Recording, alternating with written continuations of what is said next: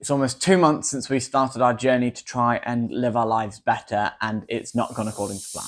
In August 2025, our time capsule video will publish automatically on YouTube, reminding us of the goals that we set ourselves in August 2024.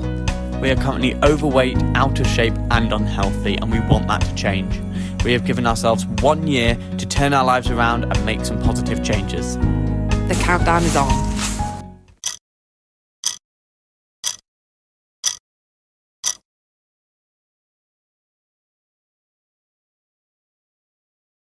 These are the top 5 things that we have done wrong and how we're going to fix them.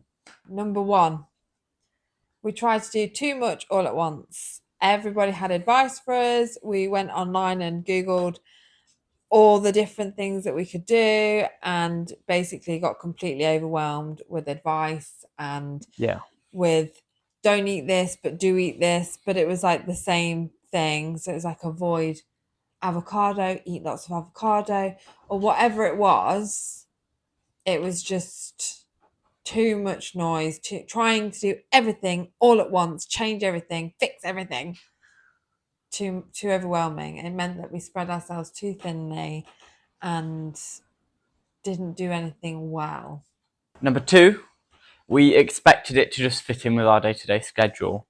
So we were trying to go for walks every day, and we were trying to cook from fresh every day, and those things take time, and we just expected it to fit into how we were already living our lives. And we didn't have time to walk, and we didn't have time to cook from absolute fresh every day. We didn't have time to prep on Sundays what we wanted to do for the rest of the week. So we needed to change that, and that was kind of holding us back and throwing us off for the entire day when we didn't do what we needed to do. Number 3, we beat ourselves up too much when things went wrong.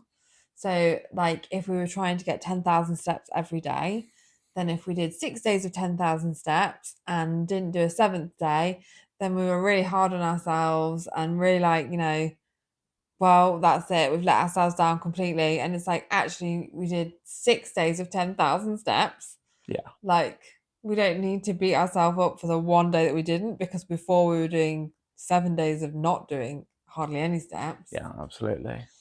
So, and also we do things like if we wanted something naughty or something for dinner that, was a takeaway or going out for dinner or something, we would be like, that derail the whole day.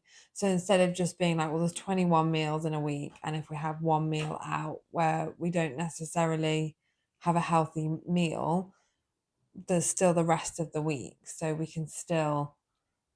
don't need to let that be an excuse for binging.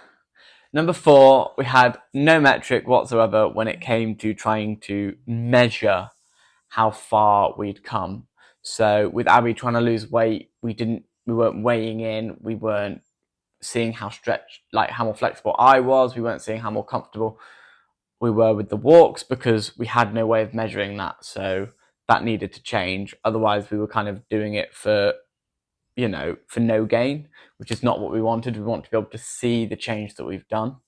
The 5th thing was that we didn't start with mindset. So we expected to just be able to make these really quite monumental life changes, like shifting what we're doing every day, what we're eating every day, trying to be more healthy with regards to wanting to grow more, but not changing our mindset. So we still had the exact same mindset that we had. So you're kind of fighting your willpower all the time, and it's always going to spring back. You're always going to spring back to automatically being negative or automatically being down on yourself. Or if you don't change. You have to change completely. You have to change your mind.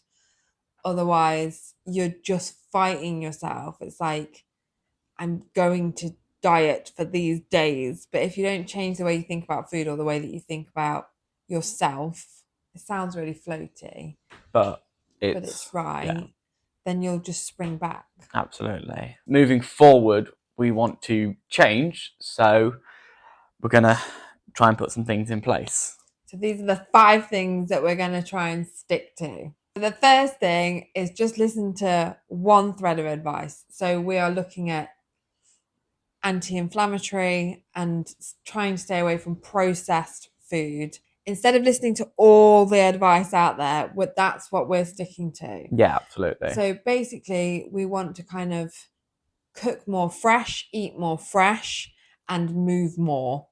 And whatever that might be, whether it's more steps, which we're definitely trying to do, whether it's a random activity with friends, because we've had loads of friends ask us to do things, which we want to do it all. Just just move more. We're trying to move more every week and eat fresh. Number 2, we're going to plan and prep our weeks so that we know what's happening. So we're going to try and say, well, we want to have these meals this week, so we need to buy this, and if we're going to have a sweet treat, we're going to have either this or this, which is something we've got in, so we're not going out, we're not buying stuff every night. But it then also allows us to fit in things like we're going for a walk. So at 4 o'clock, we're going to go for an hour's long walk, and we'll come back at 5 and then be able to do the rest of our work. And that way, we're feeling less stressed about having to do it and not having to force and cram it into the time that we don't have left. 3, we need to let go and move on. So if something goes wrong, we need to let it go and move on, because marginal gains are still gains. So even if we didn't do 10,000 steps, but we did 8,000 steps, 8,000 steps is still a lot more than we were doing. It's marginal gains. We want to do this every year. We're talking about running a marathon, not a sprint. Just don't beat ourselves up so much, to let it go and just focus on the positives and what we have done, instead of getting hell-bent and really mad about what we haven't done. Number 4, we are going to do weigh-ins, and we're going to find metrics. So Abby's trying to lose weight. So what we're going to do every single week is we're going to go and we're going to do a weigh-in, so we can actually measure whether we're losing weight, gaining weight, or keeping weight. And then that way we can adapt what we're doing to actually fix and help the situation, instead of kind of blindly guessing. And then one thing I'm really wanting to do is become more flexible. So what we're going to do is something I can't do at the moment, is touch my toes. So we're going to take pictures of me every single week, trying to touch my toes. And then hopefully we should be able to kind of see my hands going lower and lower and lower and lower and lower until they touch my toes, and maybe even the floor, which would be really nice. The final thing is, and this is probably the biggest thing, so it should be the top thing, is that we're going to work on our mindset. We're both really hard on ourselves. Absolutely. We need to focus on feeling better about ourselves and feeling good about ourselves, so that we can then actually trust ourselves that we're going to be able to accomplish the goals and the things that we're setting for ourselves and the plans that we're doing. We need to work on that mindset. We need to work on a mindset of actually setting goals, smaller goals, not just our big year goal, like this week we're going to achieve this. Yeah, baby and steps. Then at the end of the week being like, this it's all good for mindset. Absolutely. Is to help having these achievements, and we need to kind of really work on our mindset towards it, instead of just going, right, in a year we've got these goals. We need to go, right, what's happening this week, checking in how we're feeling, and being good to ourselves as well. Yeah, absolutely. So that's probably the most important thing, but it is number 5. Absolutely. I mean, just disclaimer, we're not running a marathon. marathon. And there's no way in hell I'm doing the bloody beak test. No, too far. Number 4,